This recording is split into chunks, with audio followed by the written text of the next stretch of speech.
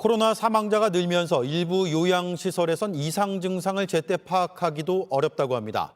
가장 기본적인 산소 포화도 측정기를 무려 40명이 돌려 쓰는 곳도 있었습니다. 그런데 이마저도 전문 의료 장비가 아니었습니다. 휴대용이었습니다. 유요한 기자입니다. 서울 강서구의 한 요양원. 지난해 연말 집단 감염으로 동일 집단 격리에 원내 사망자까지 나왔습니다. 감염 대비를 철저히 하려고 해도 부족한 게 많습니다. 좀 모자라죠. 마스크도 사야 되고 소독약품도 사야 되고 또 이 진단키도 사야 되고. 산소 포화도 측정기입니다. 이 요양원에 하나밖에 없어서 40명 넘는 입소자가 돌려 쓰고 있습니다. 그나마 전문 의료 장비가 아니라 휴대용 측정기입니다.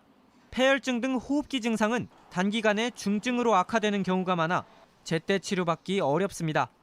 홀로 사는 고령층이 특히 걱정입니다.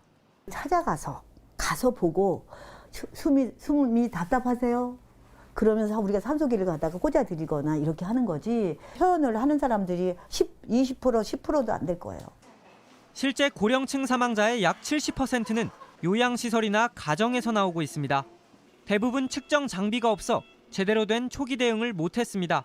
폐혈증과 같은 것들은 굉장히 신속하게 생기거든요. 일반 시설이나 아니면 그 자가에서 그걸 캐치하기가 굉장히 쉽지 않아요. 그걸 가장 민감하게 잡아낼 수 있는 그 기계는 산소 포화도 검사 기계라고 생각해서. 이런 상황에서 정부는 오늘부터 60세 이상을 집중관리군에서 일반관리군으로 바꿨습니다. 평소 가던 동네 병원에서 치료를 받는 게 더 낫다는 판단 때문입니다. 다만 일반관리군은 산소 포화도 측정기 등 장비를 지급받지 못합니다. 급성 호흡기 증상에 대응이 어렵다는 지적이 많습니다.